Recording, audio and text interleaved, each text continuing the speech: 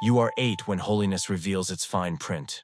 A priest reads the law aloud in the courtyard, his voice echoing off walls that have heard every kind of silence. Every woman in Babylon must sit in the temple of Ishtar once in her life and receive the embrace of a stranger.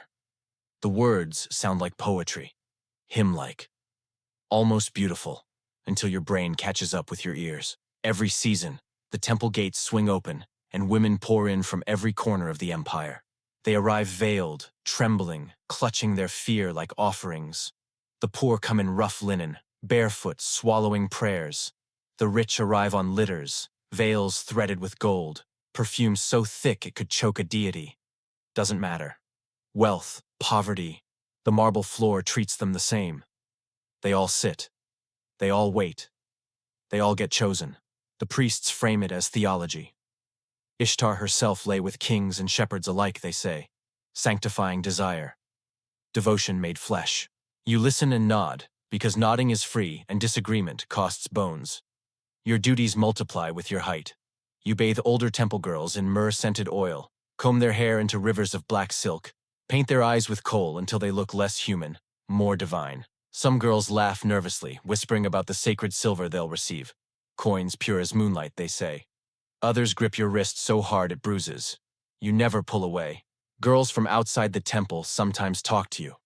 They describe markets bursting with figs, gardens kissing the river, afternoons that belong to no one. They mention the hanging gardens, a green miracle suspended between earth and heaven. You memorize every word like stolen treasure. When you're grown, you'll be a favorite, the matrons whisper, eyes bright with rehearsed optimism.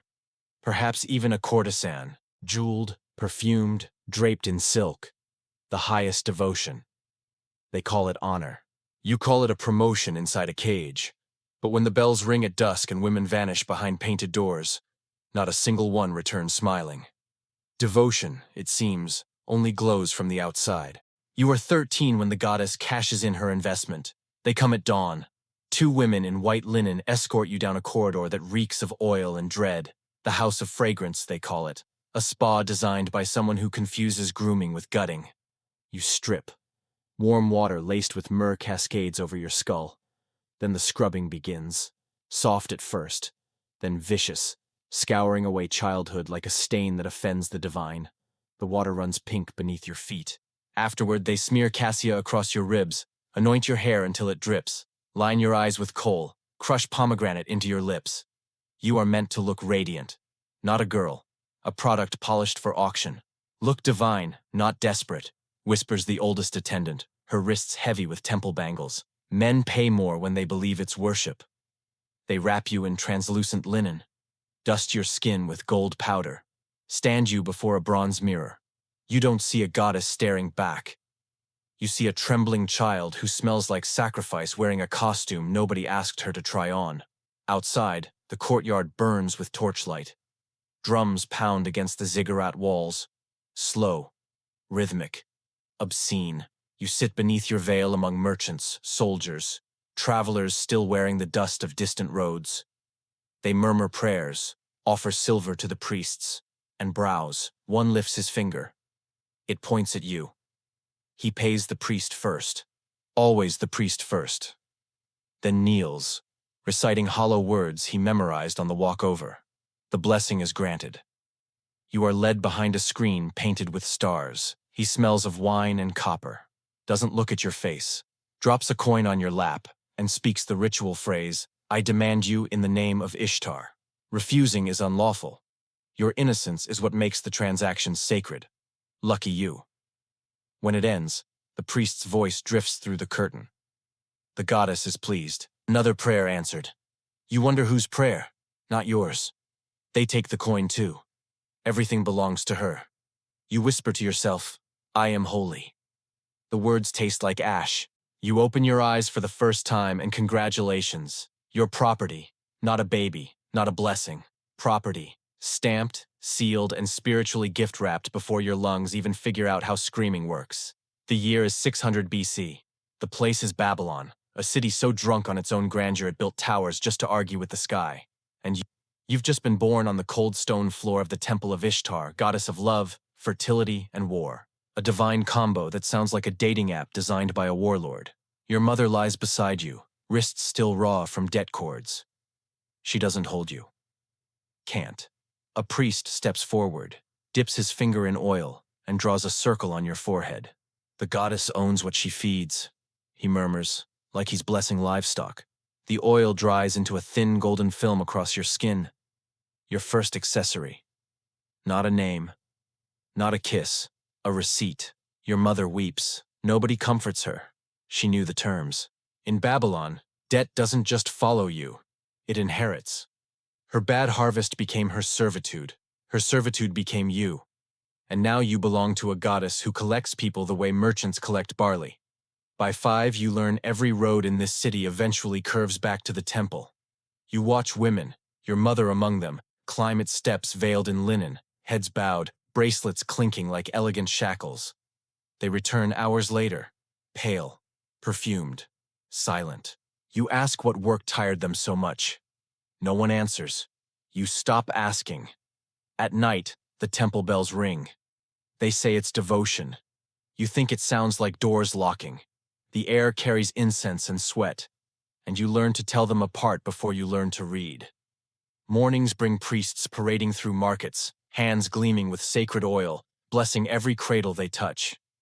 Each blessing feels less like grace and more like a signature on a contract you never signed. You don't understand the word sacrifice yet, but you already know what it means to be owned. The first morning after, nobody speaks of what happened. The older women fold linens, sweep floors, prepare for another evening. You wait for someone to acknowledge you.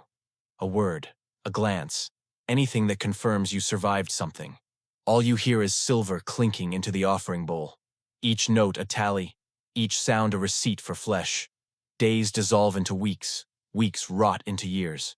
Your body becomes a living ledger, written in bruises, rewritten in silence, annotated in the hollow ache of repetition. Merchants, farmers, soldiers, curious teenagers barely older than you. Everybody craves the goddess's blessing. So you provide.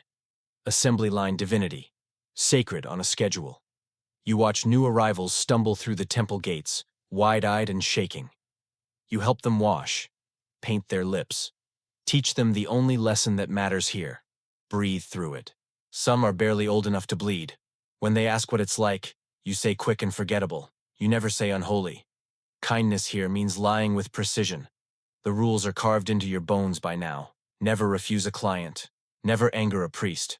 Mistakes carry consequences designed to educate through agony. Public flogging under the desert sun, or sail to another temple where the walls are thicker and the screams travel less. The priests label it discipline. You recognize it as deletion. Erase the defiance. Keep the body functional. 10 years slip past like oil down a stone wall. You are 25, a fixture, a relic, a holy harlot, the priests announce with rehearsed reverence. Pilgrims cross empires to offer barley in your name, disguising appetite as piety. The temple's storerooms swell with sacred silver. Its walls fatten with offerings. Meanwhile, you grow thinner, quieter, transparent. Some nights, laughter echoes from the priest's quarters. The sound of fattened men toasting the goddess for her generosity while your stomach gnaws at itself. You lie on your mat, whispering prayers into the dark. But here exhaustion passes for holiness. Silence masquerades as devotion. And hope, stubborn, irrational, unexplainable hope, remains the single thing they haven't confiscated. Yet, you turn 30, and the world decides to match your insides. Drought swallows Babylon whole. The air cracks. Wells surrender. Barley blackens in its sacks. Even the goddess's altar splits beneath the heat, a fracture the priests blame on insufficient devotion. The women must serve longer, harder, cheaper. The holy service spills beyond temple walls, into taverns, behind merchant stalls. Worship without closing hours. One morning, they carry a girl out, 16, broken by a drunk who called her his offering.